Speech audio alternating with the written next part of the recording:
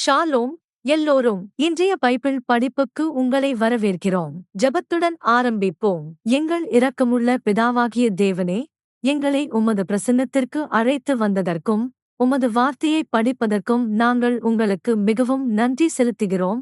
குறிப்பாக 10 கட்டளைகள் மற்றும் 7ஆம் கட்டளையில் இது விபச்சாரம் செய்யாதீர்கள் என்று கூறுகிறது. தந்தையே, உங்கள் பரிசுத்த ஆவியானவரை எங்களுக்கு அருள வேண்டும் என்று நாங்கள் ஜெபிக்கிறோம். அப்போதுதான் நாங்கள் உண்மையாகவும் மனத்தாழ்மையுடனும் உமக்கு முன்பாக முழங்காலிட்டு உங்கள் குரலைக் கேட்க முடியும். 7ஆம் கட்டளையே எங்களிடம் பேசுவதன் மூலம் நீங்கள் எங்கள் வாழ்க்கையில் நிறுவ விரும்பும் உங்கள் உண்மையான நோக்கம். இந்த நேரத்தை உங்கள் வலிமையான கையில் விட்டுவிடுகிறோம். இவை அனைத்தையும் நம்முடைய கர்த்தராகிய இயேசு கிறிஸ்துவின் நாமத்தினாலே ஸ்தோத்திர செலுத்தி ஜெபிக்கிறோம். ஆமென். எனவே கடந்த முறை விபச்சாரம் செய்யக்கூடாது என்று சொல்லும் 7ஆம் கட்டளை நம்மீது கடவுள் வைத்திருக்கும் அன்பிலிருந்து எவ்வாறு உருவாகிறது என்பதை நாங்கள் ஆராய்ந்தோம். நாம் அவருடைய மணவாட்டிகள், அவர் நம்முடைய கணவர், நம்மை படைத்தவர். இந்த கட்டளை உண்மையில் ஆட்டுக்குட்டியானவரின் இறுதி மணவாட்டான வெளிப்படுத்துதல் புத்தகத்தில் தோன்றும் புதிய எருசலேமுக்கு எவ்வாறு வழிவகுக்கிறது என்பதையும் நாம் பார்த்தோம். ஆகையால் நமது திருமணத்தில் உள்ள பரிசுத்தம் புதிய எருசலேமைக் கட்டியெழுப்புவதோடு நேரடியாக தொடர்புடையது என்ற இந்த ஆழமான சத்தியத்திற்கு நாம் வருகிறோம். கடவுளின் நித்திய வாசஸ்தலம். ஆனால் முடிவு காலத்தில் முழு உலகத்தையும் ஆதிக்கம் செலுத்தும் ஒரு பெரிய வேசி இருக்கிறாள் என்பதையும் நாம் கண்டோம். எனவே குறிப்பிட்ட சட்டங்களை ஆராய்வோம். குறிப்பிட்ட சட்டங்களுக்குள் செல்லும்போது இந்த 7வது கட்டளையை மீறுவதன் மூலம் இந்த பாவத்தின் கடுமையையும் தண்டனையின் கடுமையையும் தாண்டி பார்க்க பிதா நம் இருதயங்களைத் திறக்க வேண்டும் என்று நான் ஜெபிக்கிறேன். இதனால் பிதாவின் அன்பையும் அவர் சுமக்கும் கனியையும் நாம் உண்மையிலேயே காண முடியும். நாம் சுமக்க விரும்புகிறோம். எனவே நமது அடுத்த குறிப்பிட்ட சட்டங்களுக்குச் செல்வோம்.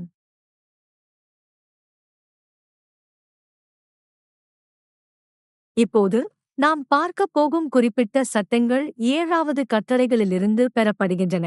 7ஆம் கட்டளை 2 இடங்களில் தோன்றுகிறது. ஒன்று யாத்திராகமத்தில் உள்ளது, மற்றொன்று உபாகமத்தில் உள்ளது. எனவே யாத்திராகமம் 20 அதிகாரத்தில் 14வது வசனத்தில் 7ஆம் கட்டளை தோன்றுகிறது.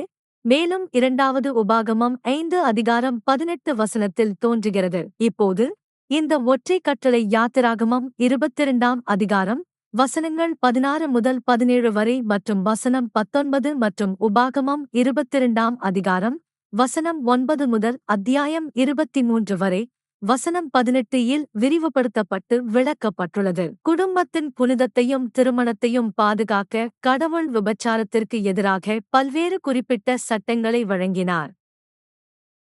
எனவே இந்த குறிப்பிட்ட சட்டங்களை இன்று உள்ளடக்குவோம். மொத்தம் 8 சட்டங்கள் உள்ளன. வரையறை மிகவும் விரும்பத்தகாது. இது மக்கள் விவாதிப்பதை தவிர்க்க விரும்பும் ஒன்று. ஆனால் குறிப்பிட்ட சட்டத்தை பார்க்காமல் முடிவு பகுதிக்கு நாம் செல்லலாம். ஆனால் எங்கள் நிறுவன போதகர் ரெவரெண்ட் ஈவான் பார்க் உண்மையில் அனைத்து வேதங்களையும் பார்க்க ஒரு பெரிய கஷ்டத்தை எடுத்துக்கொண்டார். மேலும் 7வது கட்டளையின் முழு தாக்கத்தையும் உண்மையில் பார்க்க இந்த வசனங்களை தேர்ந்தெடுத்தார். எனவே குறிப்பிட்ட விதிகளை ஒவ்வொன்றாக விரிவாக ஆராய்வது பயனுள்ளது என்று நான் நினைத்தேன். இன்று அனைத்து 8 சட்டங்களையும் நம்மால் உள்ளடக்க முடியாது. ஆனால் அடுத்த மணி நேரத்தில் அதை எடுத்துக்கொள்வோம். எனவே முதலில் தகாத உறவின் தடை. எனவே தகாத உறவு என்பது குடும்ப உறுப்பினர்களுக்குள் திருமணம். இப்போது சட்டத்தின்படி ஒரு ஆண் ஒரு பெண்ணையும் தாயையும் அழைத்துச் சென்றால் மூவரும் எரிக்கப்பட வேண்டும். எனவே ஒருவரின் தாய், மாற்றாந்தாய், ஒரு சகோதரி அல்லது அரை சகோதரி, ஒரு பேத்தி அல்லது மாற்றாந்தாய் அல்லது அத்தை அல்லது மாமாவின் மனைவியுடன் உறவு வைத்திருப்பதை சட்டம் கடுமையாக தடை செய்கிறது. இது மிகவும் சங்கடமாக இருக்கிறது, இல்லையா? மருமகள், ஒரு சகோதரரின் மனைவி மற்றும் மாமியார். மற்றும் அந்த பெண் மற்றும் அவரது மகள் அல்லது பேத்தி இருவரும் இந்த சட்டத்தை மீறுவதற்கான தண்டனை என்னவென்றால் அவர்கள் எரிக்கப்படுகிறார்கள் அல்லது கல்லெறிந்து கொல்லப்படுகிறார்கள். எனவே மரணம் ஒரு தண்டனை. அது மட்டுமின்றி மிருகத்துடன் உடலுறவு கொள்ளும் எவரையும் சட்டம் சபித்தது. மேலும் ஒரு ஆண் ஒரு பெண்ணுடன் பாலியல் உறவு வைத்திருந்தால் இருவரும் கொல்லப்படுகிறார்கள். மேலும் ஒரு ஆண் தனது மாதவிடாய் காலத்தில் ஒரு பெண்ணுடன் உறவு வைத்திருந்தால் ஆண்களும் பெண்களும் மக்களிடையே இருந்து துண்டிக்கப்பட வேண்டும். ஆகவே நாம் கடவுளுடைய ராஜ்யத்தின் கட்டுமான தொகுதியாக இருப்பதால் நாம் பரிசுத்தமாக்கப்படுவதற்காக நம் வாழ்க்கையில் தலையிடுவதில் தேவன் எவ்வளவு விரிவாக இருக்கிறார் என்பதை நாம் காணலாம். இந்த சட்டங்கள் உண்மையில் இந்த முறையற்ற பாலியல் செயல்கள் உண்மையில் அந்த நேரத்தில் நடைமுறையில் இருந்தன என்பதை உறுதிப்படுத்துகின்றன. ஆகவே இந்த அருவருப்பான பழக்க வழக்கங்கள் உண்மையில் அந்த நேரத்தில் கானான் தேசம் முழுவதும் பரவின. கானான் பிரவேசிப்பதற்கு முன்பு கடவுள் இந்த சட்டத்தை கொடுத்தார். வேறு வார்த்தைகளில் கூறுவதானால் வாக்கு பண்ணப்பட்ட தேசத்தில் மக்கள் மகிழ்ச்சியாகவும் செழிப்பாகவும் வாழ வேண்டும் என்பதற்காக கடவுள் இந்த சட்டங்களை நியமித்தார். அதே நேரத்தில் அந்த நேரத்தில் கானான் குடிமக்களிடையே உச்சத்தில் இருந்த ஊழலின் பிரதிபலிப்பை பற்றிய எச்சரிக்கையை அவர் அவர்களுக்கு வழங்குகிறார். இவ்வாறு இந்த நனவான விழிப்புணர்வைப் பெறும்படி கடவுள் இஸ்ரவேலர்களுக்கு கட்டளையிட்டார். நமது பரிசுத்தத்தன்மையையும் கானான் குடிமக்களுடன் கலப்பு திருமணம் செய்து கொள்ளாமல் அதை பாதுகாக்கவும். இஸ்ரவேலர் கானான் தேசத்தில் குடிகளைப் போலவே அசுத்தமான அருவருப்பான பாலியல் செயல்களில் ஈடுபட்டால் தங்களுக்கு முன்பாக தேசத்தில் குடியிருந்த தேசங்களை உமிழ்ந்தது போல தேசம் அவர்களையும் உமிழ்ந்துவிடும் என்று அவர் அவர்களை தீவிரமாக எச்சரித்தார். இப்போது தயவு செய்து கவனிக்கவும், இந்த சட்டம் அந்த மக்களுக்கு வழங்கப்பட்டுள்ளது. இதனால் அவர்கள் நிலத்தை கைப்பற்ற முடியும். அதேபோல் இந்த சட்டம் 10 கட்டளைகள் எல்லா தலைமுறைகளுக்கும் நித்திய உடன்படிக்கையாக உள்ளன. அவை இப்போது நமக்கு விளக்கப்படுகின்றன. இதனால் நாமும் வாக்கு பண்ணப்பட்ட தேசத்தை கைப்பற்ற முடியும். சரி, இந்த சட்டம் மீறப்பட்டால் நிலம் அவர்களை வெளியேற்றும். நாங்கள் ஒரு தேசிய அளவை பற்றி பேசுகிறோம்.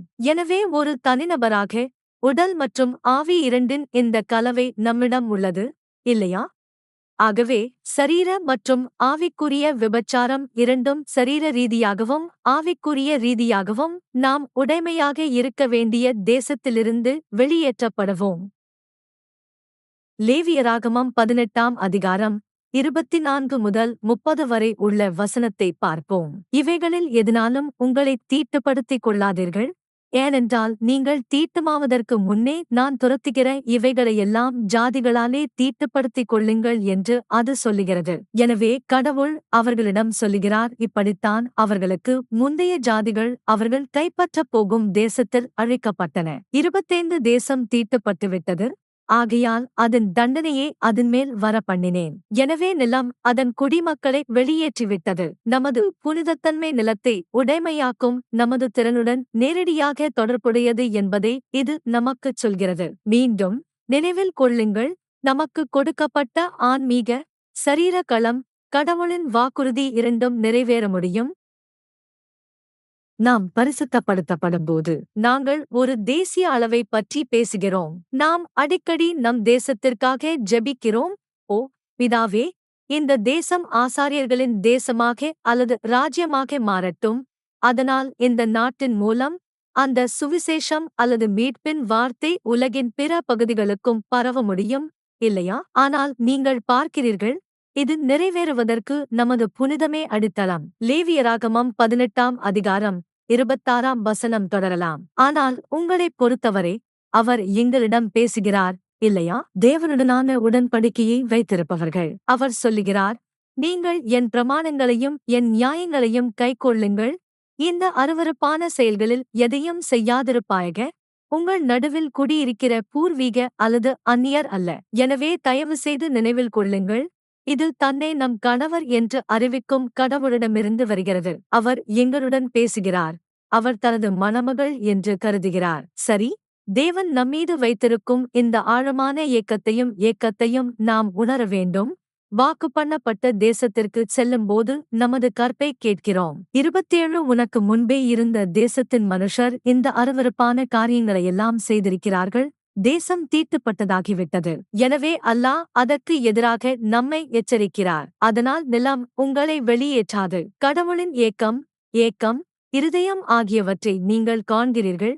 அதே விஷயம் நமக்கு நடக்காது. தேவன் கூறுகிறார், அது உங்களுக்கு முன்னிருந்த ஜனங்களை துண்டிப்போடியது போல நீங்களும் அதை தீட்டுப்படுத்துவீர்களா? வசனம் 29. இந்த அருவருப்பான செயல்களில் எவரேனும் செய்கிறாரோ அவ்வாறு செய்கிறவர்கள் தங்கள் ஜனங்களிலிருந்து துண்டிக்கப்படுவார்கள்.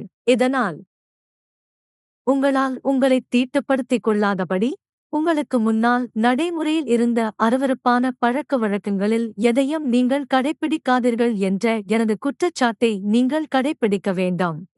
ஏனெனில் நானே உங்கள் கடவுளாகிய ஆண்டவர். நான் உங்கள் உண்மையான கணவர், உங்களை உருவாக்கியவர். நீங்கள் என் மணமகள். எனவே நாம் ஒன்றாக செய்யப் போகும் மகத்தான வேலைக்காக தயவு செய்து தூய்மையாகவும் பரிசுத்தமாகவும் இருங்கள். மற்ற குறிப்பிட்ட சட்டங்களை நீங்கள் பார்ப்பதைப் போல அதே விஷயம் இன்று நம்மைச் சுற்றி நடக்கிறது என்பதை நீங்கள் உணருவீர்கள். அதனால்தான் எல்லாவற்றிற்கும் மேலாக 10 கட்டளைகள் மூலம் தேவன் நமக்கு கொடுக்கும் சட்டத்தை நாம் பிடிக்க வேண்டும். எனவே இரண்டாவது குறிப்பிட்ட விதிக்கு செல்வோம். இது திருமணத்தின் தூய்மை மற்றும் கற்பை பாதுகாப்பது. கடவுள் இதை எவ்வாறு செய்கிறார்? எனவே சில குறிப்பிட்ட சட்டங்கள் ஒரு பெண்ணை மனைவியாக எடுத்துக் கொள்கிற ஒரு மனிதனிடமிருந்து பாதுகாக்கின்றன. பின்னர் அவர் இனி அவளை விரும்பாததால் அவளை தூக்கி எறிவதற்காக ஒரு கன்னி அல்ல என்று பொய்யாக குற்றம் சாட்டுகிறார்.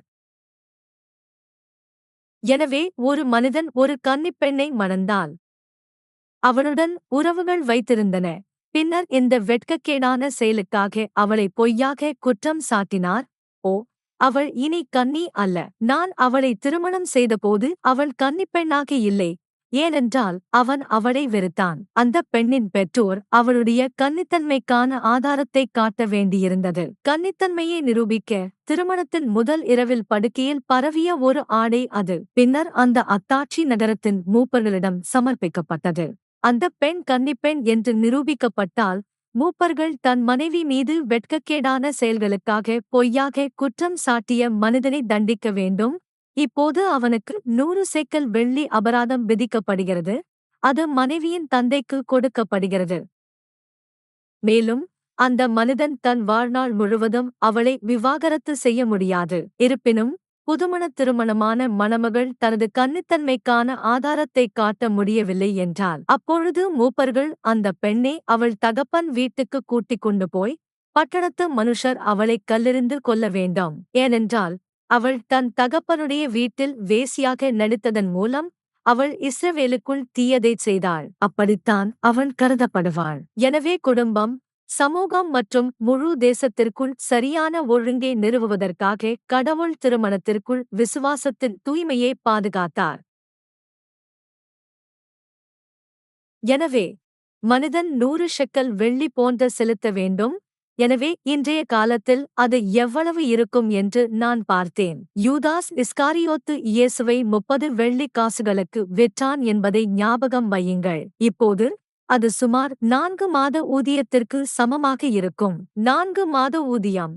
எனவே இன்றைய காலத்தில் அமெரிக்காவில் சுமார் 12,000 அல்லது $15,000 ஆகஸ்ட் இருக்கும். அது 30 ஷெக்கல் வெள்ளி, இல்லையா? எனவே 100 சேக்கல் வெள்ளி சுமார் $40,000 அபராதமாக இருக்கும். அவர் அவளை விவாகரத்து செய்து தனது வாழ்நாள் முழுவதும் அவளிடம் அடக்கம் செய்ய முடியாது. எனவே அது ஒரு சட்டம். 7வது கட்டளையை கடைப்பிடிக்கும் போது கடவுள் எவ்வளவு விரிவானவர் என்பதை நீங்கள் காணலாம். அடுத்த பகுதிக்கு செல்வோம். 3வது குறிப்பிட்ட சட்டம் பாலியல் குற்றங்களைத் தடுப்பதாகும்.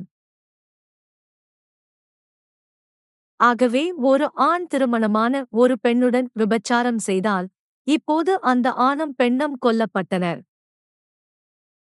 ஒரு ஆண் நிச்சயதார்த்தம் செய்த கன்னிப்பெண்ணைச் சந்தித்தால், வேறு வார்த்தைகளில் கூறுவதானால் நகரத்தில் நிச்சயதார்த்த பெண்ணை சந்தித்து அவளுடன் உறவு வைத்திருந்தால் ஆணும் பெண்ணும் நகரத்தின் வாசலுக்கு வெளியே கொண்டு வரப்பட்டு அவர்கள் கல்லெறிந்து கொல்லப்பட்டனர். இப்போது ஒரு ஆண் நிச்சயதார்த்தம் செய்த பெண்ணை பாலியல் பலாத்காரம் செய்தால் அந்த ஆண் மட்டுமே கொல்லப்படுகிறான். நிச்சயதார்த்தம் செய்யாத கன்னிப் பெண்ணுடன் உறவு வைத்திருந்த ஒரு ஆண் காணப்பட்டால் அந்த ஆண் அந்த பெண்ணின் தந்தைக்கு 50 சேக்கல் வெள்ளியை கொடுத்து அந்த பெண்ணை தன் மனைவியாக எடுத்துக் கொள்ள வேண்டும்.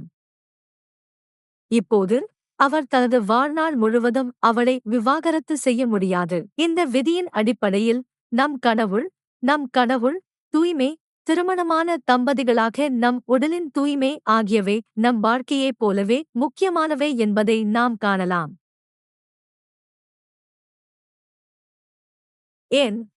ஏனெனில் வரலாற்றில் எந்த காலகட்டத்திலும் திருமணத்தில் கற்பு இழந்தபோது முழு சமூகமும் ஊழல் மற்றும் நோயுற்றதாக மாறியது. ஆகையால் பரஸ்பர நம்பிக்கையை கடவுள் ஊக்குவிக்கிறார், மேலும் நம் திருமணத்தில் கற்பை பற்றி நாம் வெளிப்படையாக இருக்க வேண்டும். தேவன் பிரதிஷ்டை செய்த இஸ்ரவேல் மக்கள் அனைவரின் பரிசுத்தத்தையும் கடவுள் பராமரித்த ஒரு வழி இதுதான், அவர்களை தேசங்களுக்கிடையே பிரியப்படுத்தினார். இப்போது 4வது விதிக்கு செல்வோம். 4வது பொறாமை விதி. இது மிகவும் சுவாரஸ்யமான மற்றும் மிகவும் ஆழமான ஒன்றாகும்.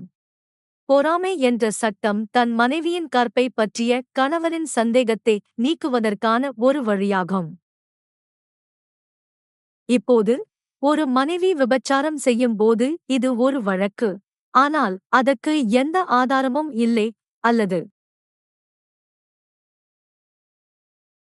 இந்த போதுதான் சட்டம் பயன்படுத்தப்படுகிறது. அல்லது ஒரு கணவன் தன் மனைவியை சந்தேகிக்கும்போது அவள் நிரபராதி என்றாலும்.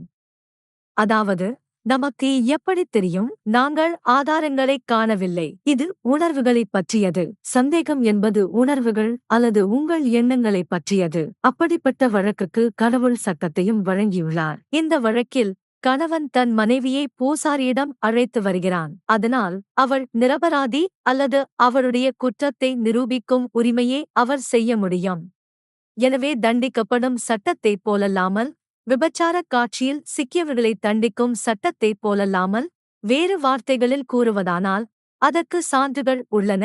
இந்த சட்டத்தைப் போலல்லாமல், இந்த சட்டம் மனித பலவீனத்தைப் பற்றிய கடவுளின் புரிதலை பிரதிபலிக்கிறது. சரியா? மனித பலவீனம் என்றால் என்ன? சந்தேகம் மற்றும் பொறாமைப்படுவதற்கான நமது சாய்வு, இல்லையா? மேலும் எங்கள் வரம்புகள், ஏனென்றால் காணப்படாத மறைக்கப்பட்ட உண்மைகளை அறிய நாம் மட்டுப்படுத்தப்பட்டுள்ளோம், இல்லையா? பாருங்கள், பிரதிஷ்டை செய்யப்பட்ட குடும்பங்களை பாதுகாப்பதற்காக அவர் இந்த சட்டத்தை இயற்றினார். நம்முடைய பரிசுத்தத்தை பாதுகாக்க தேவன் எவ்வளவு தூரம் செல்கிறார் என்பதை நீங்கள் பார்க்கலாம். எனவே இந்த விதியின் மூலம் கடவுள் கணவன்மார்கள் ஆதாரமின்றி சந்தேகப்படுவதைத் தடுத்தார் மற்றும் மனைவிகள் தங்கள் கற்பு இல்லாமல் வாழ அனுமதித்தார். எனவே ஒரு குடும்பத்தின் தூய்மையை பொறாமை என்ற விதி இல்லாமல் பாதுகாக்க முடியாது. இது சந்தேகத்தை என்றென்றும் ஓய்வெடுக்கும். ஏனென்றால் இந்த சட்டம் இல்லாமல் தன் மனைவியைப் பற்றிய கணவனின் சந்தேகம் கடுமையான உணர்ச்சிகளைத் தூண்டியிருக்கும். அசாதாரண ஆக்கிரமிப்புக்கும் இட்டுச் செல்கிறது. இது அப்பாவி மனைவியை பொய் ஒப்புதல் வாக்குமூலம் சொல்ல வைக்கும் அல்லது கட்டாயப்படுத்தும். இன்றைய வாழ்க்கையிலும் அந்த வழக்குகளை நாம் காண்கிறோம். மாறாக, இந்த சட்டம் இல்லாமல் உண்மையான விபச்சார மனைவி தந்திரமாக நிரூபிக்கலாம் அல்லது அவள் நிரபராதி என்று பொய்யாக சொல்லலாம். அவள் அதிலிருந்து தப்பிக்க முடியும்.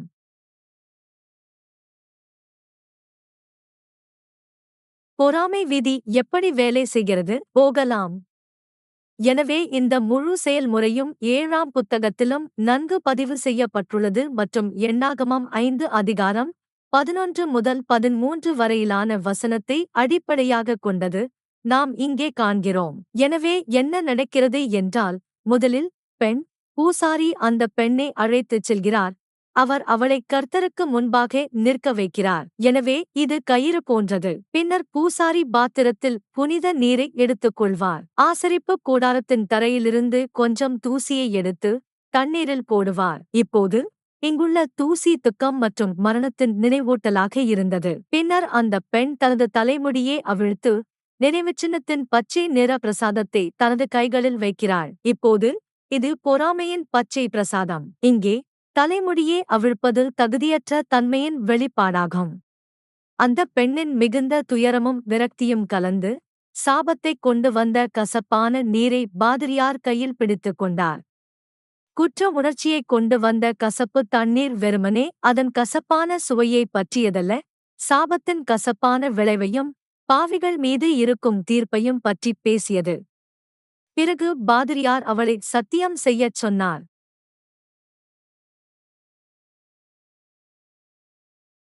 அப்பொழுது ஆசாரியன் சாபங்களை ஒரு புஸ்தகச் சுருளில் எழுதி அவற்றை கசப்பின் தண்ணீரில் கழுவுகிறார்.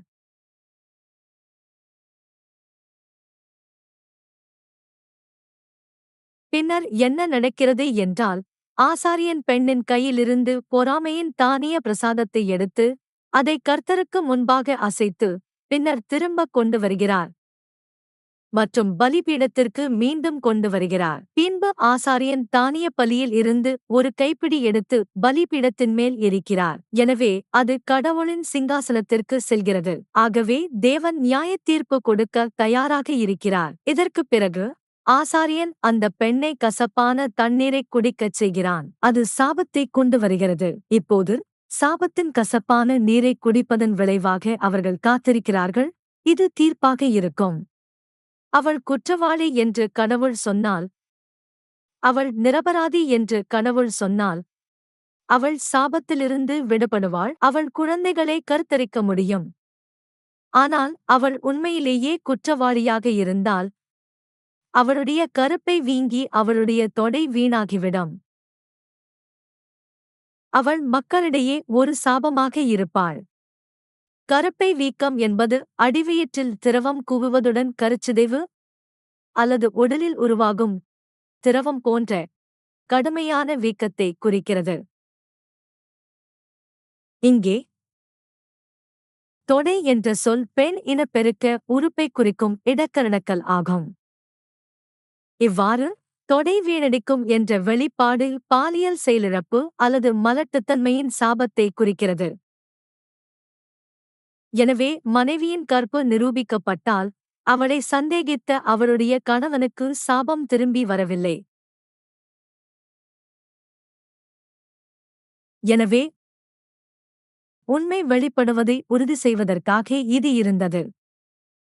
எனவே மனைவி குற்றவாளி அல்ல, அவள் நிரபராதி என்றாலும் சாபம் கணவன் மீது விழாது.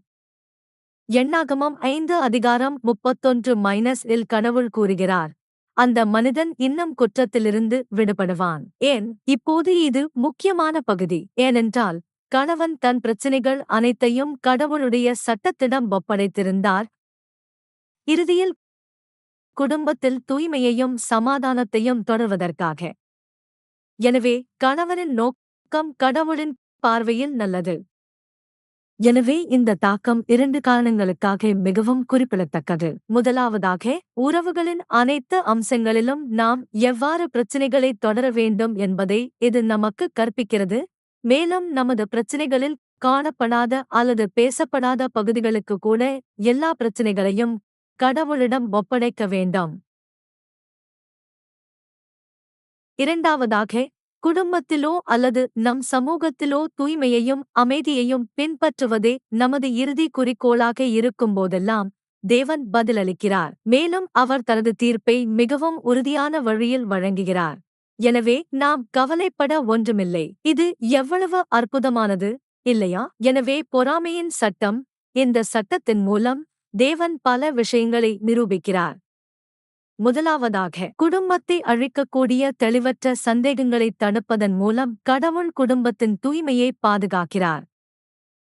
இரண்டாவதாக, இந்த உலகத்தின் நியாயாதிபதிகளைப் போலல்லாமல் தேவன் பாவத்தை அம்பலப்படுத்த முடியாது. அதற்கு எந்த ஆதாரமும் இல்லாத போதும் தேவன் பாவத்தை அம்பலப்படுத்த முடியாது. மேலும் எந்த மனிதர்களாலும் செய்ய முடியாத வகையில் அதன் மீது தனது தீர்ப்பை வழங்குகிறார். எனவே நம் கடவுளை நம்புவோம். மறைக்கப்பட்ட அக்கிரமங்கள் அனைத்தும் வெளிச்சத்திற்கு கொண்டுவரப்பட்டன. நமது நீதியுள்ள தேவனின் பார்வையிலிருந்து எதுவும் தப்பிக்க முடியாது. அதைத்தான் பொறாமை விதி நமக்கு கற்பிக்கிறது. மூன்றாவதாக, தேவன் விபச்சாரத்தை கண்டிப்பாக கையாண்டார், இதனால் நம்மிடையே அவருடைய வாசஸ்தலம் பூரண தூய்மையை நிலைநாட்ட முடியும். எனவே நாங்கள் இப்போதைக்கு நிறுத்துவோம், பின்னர் அடுத்த மணி நேரத்தை எடுத்துக்கொள்வோம்.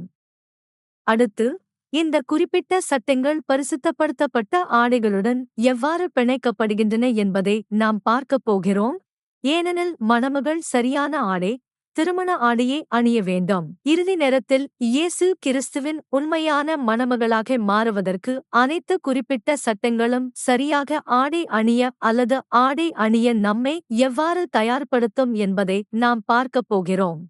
எனவே ஜெபிப்போம்.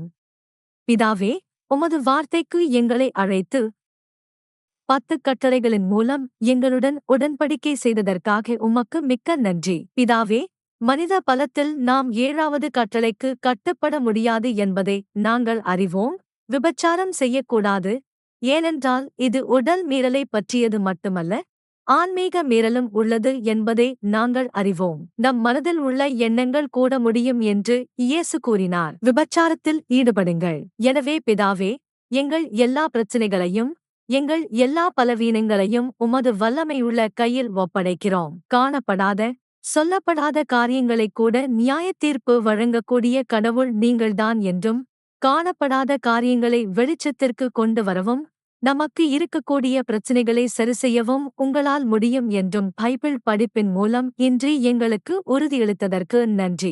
எனவே எங்களுக்கு உதவுங்கள். எங்களுக்கு என்ன பிரச்சினைகள் அல்லது உறவு சுமைகள் இருக்கலாம், நீங்கள் எல்லாவற்றையும் தீர்க்க முடியும் மற்றும் எல்லாவற்றையும் நேராக்க முடியும் என்று உங்கள் மீது எங்கள் நம்பிக்கையை அர்ப்பணிப்பதன் மூலம் உண்மையிலேயே எல்லாவற்றையும் விரிவாக புகாரளிக்க எங்களுக்கு உதவுங்கள்.